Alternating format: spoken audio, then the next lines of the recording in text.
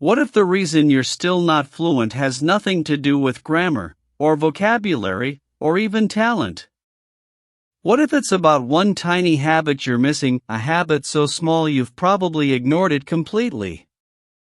By the end of this episode, you will understand exactly why small, boring, unglamorous actions build big results in your English and in your life.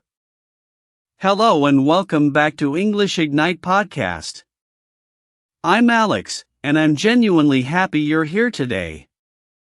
In this episode, we're going to explore English through one of the most powerful books ever written about change, Atomic Habits by James Clear. This book isn't about doing more. It's about doing better, little by little. I'll walk you through the biggest ideas, chapter by chapter, in slow, simple English so you can follow every single word. You'll build your vocabulary, and at the same time, you'll learn how to build habits that can genuinely change your life.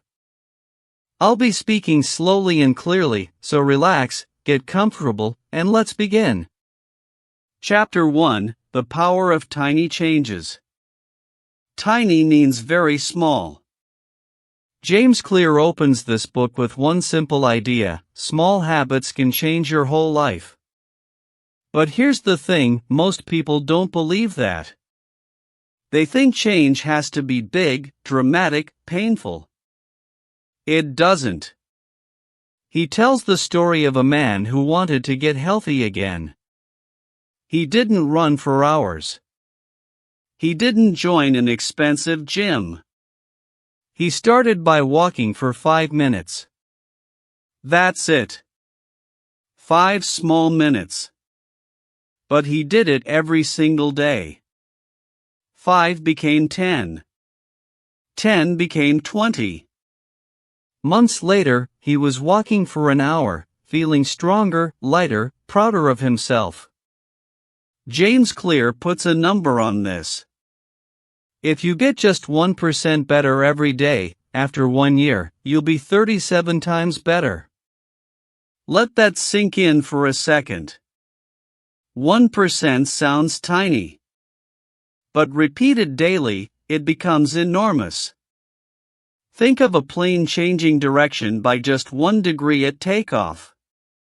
It feels almost invisible. But hours later, that plane lands in a completely different country. Your habits work exactly the same way.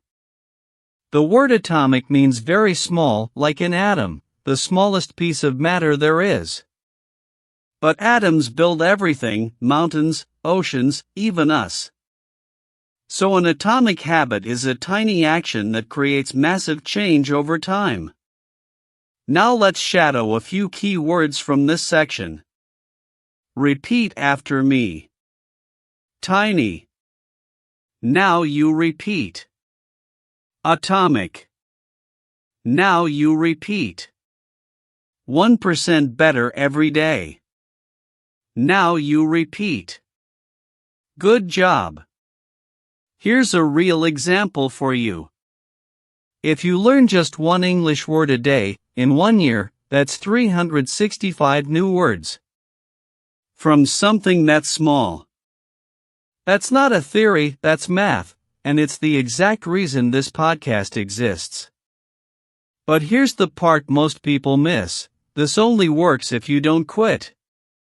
And in a moment, I'll show you exactly why quitting feels so tempting, but first, let's talk about who you're becoming.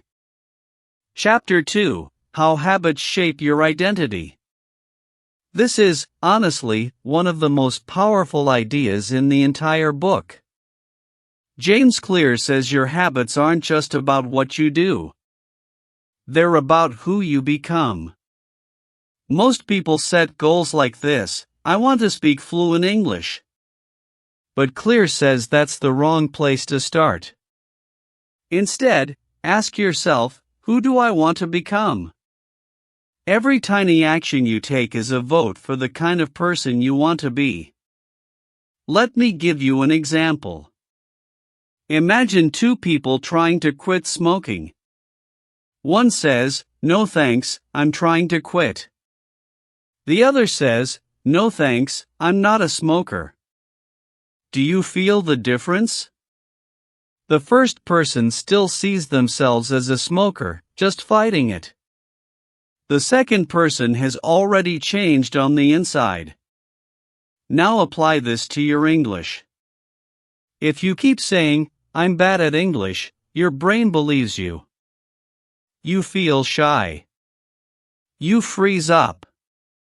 But if you start saying, "I'm the kind of person who learns something new every single day," your brain starts building a new identity, and confidence follows naturally.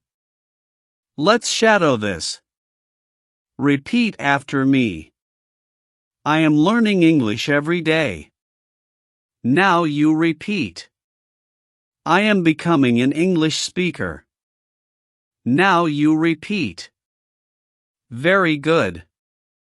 That's not just a sentence, that's a new identity forming, one repetition at a time. An identity change is powerful, but it doesn't happen by accident. It happens through a system. So let's look at exactly how habits work inside your brain. Chapter 3: How Habits Work. Every habit, good or bad, follows the same four-step loop.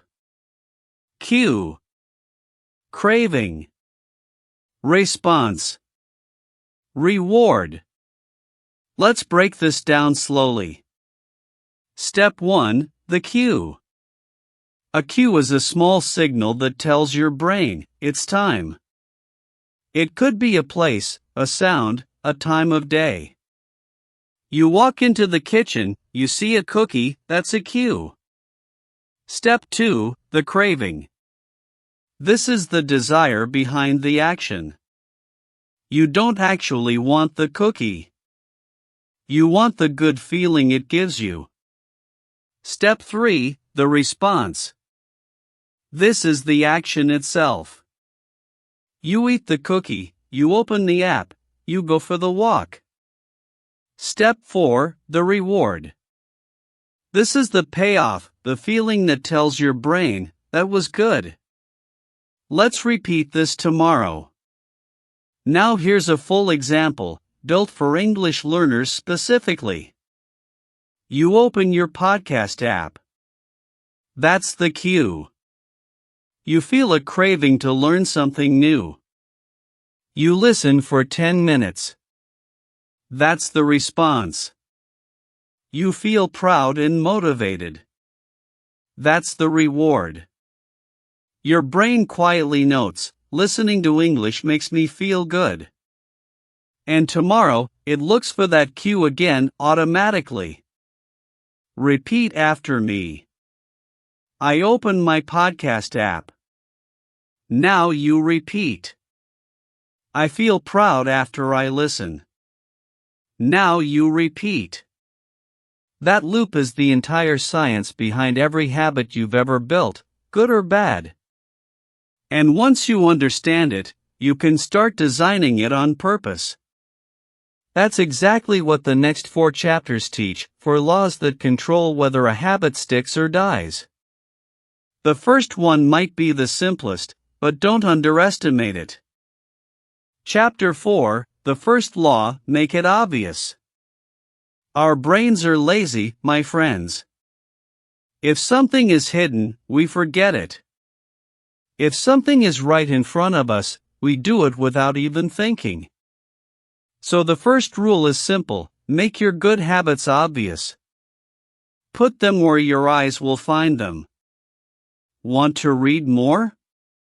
Leave the book open on your desk. Want to study English every morning? Leave your notebook next to your coffee cup. James Clear says environment is stronger than motivation, and honestly, that single sentence explains why so many resolutions fail by February. There's also a beautiful trick called habit stacking. The formula is simple: after I do this, I will do that. For example, after I pour my morning coffee, I will listen to one English podcast episode. Your existing habit becomes the cue for the new one. Let's shadow this formula. Repeat after me. After I brush my teeth, I will say one English sentence out loud. Now you repeat. Perfect. That's law 1, make it visible, make it obvious. But being able to see your habit isn't enough on its own. You also need to actually want to do it. And that brings us to law number 2. Chapter 5, the second law, make it attractive. We repeat things we enjoy. That's just human nature. If a habit feels boring, we avoid it. If it feels exciting, we chase it. So the second law is, make your good habits attractive. Your brain constantly asks one silent question, will this feel good? When the answer is yes, it releases dopamine, the same chemical linked to pleasure and motivation.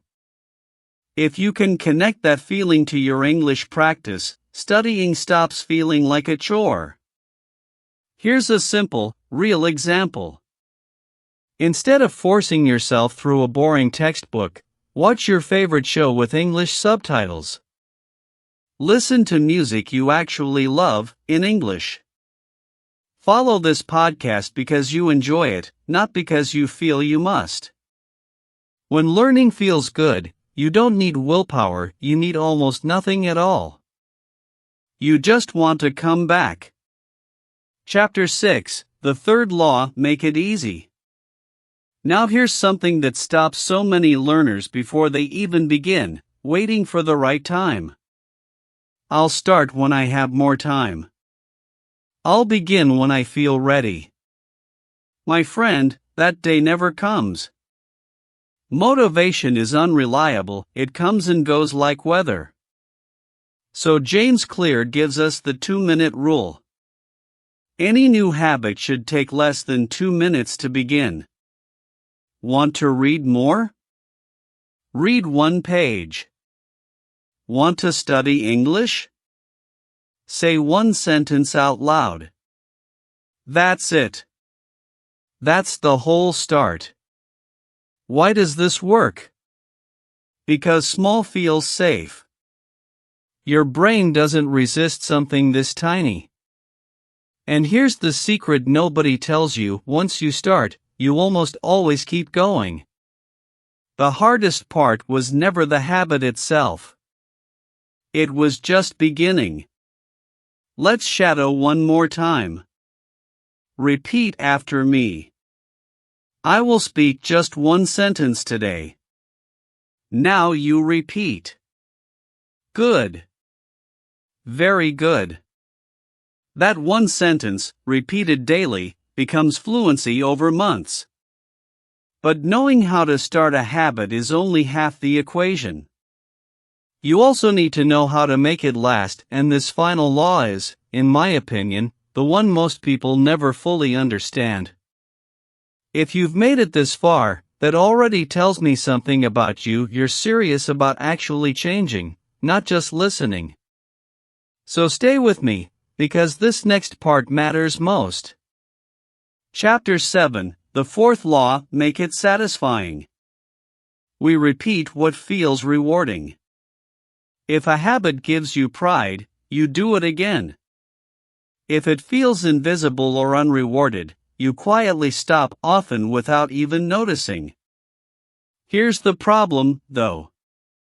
Real results, fluent English, a healthier body, more savings, take time. They don't show up tomorrow. So your brain needs small, immediate rewards to stay engaged while it waits for the big one. James Clear also gives us a rule I think about constantly: never miss twice. Everyone misses a day. That's normal, it's human, and it's not a failure. But missing 2 days in a row is where habits quietly die. So if you skip your English practice today, that's completely fine. Just don't skip it tomorrow. Let's shadow this rule together. Repeat after me. If I miss 1 day, that's okay. Now you repeat. but I will not miss 2 days in a row. Now you repeat. Beautifully done. Now let me share the idea that ties everything together, the one I saved because I think it's the most important thing in this entire book. James Clear says most people punish themselves when they slip up. They say, "I'm lazy," or "I always fail." But punishment doesn't build better habits, it just makes you want to quit trying. Instead, replace punishment with feedback. Ask yourself calmly, what can I learn from this? Maybe you missed English practice because you were exhausted at night, so shift it to the morning instead. Maybe your phone distracts you, so charge it in another room. Every mistake isn't proof that you failed. It's information. And when you learn from it instead of punishing yourself for it, failure quietly becomes fuel that, my friends, is the real secret behind every person who's ever built lasting change. Not perfection. Not motivation.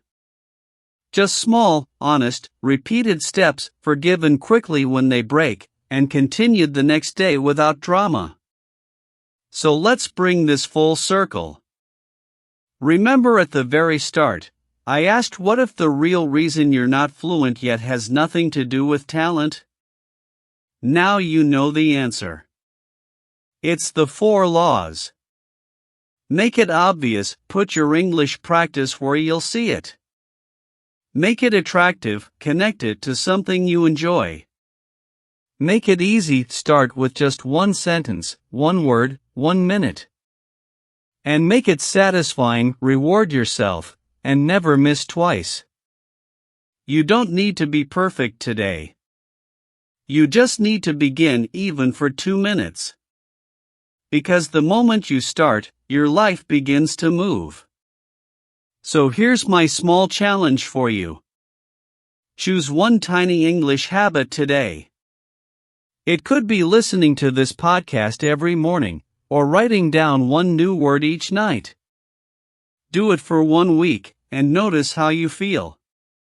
You will be surprised how quickly something small grows into something big. Thank you so much for spending this time with me today.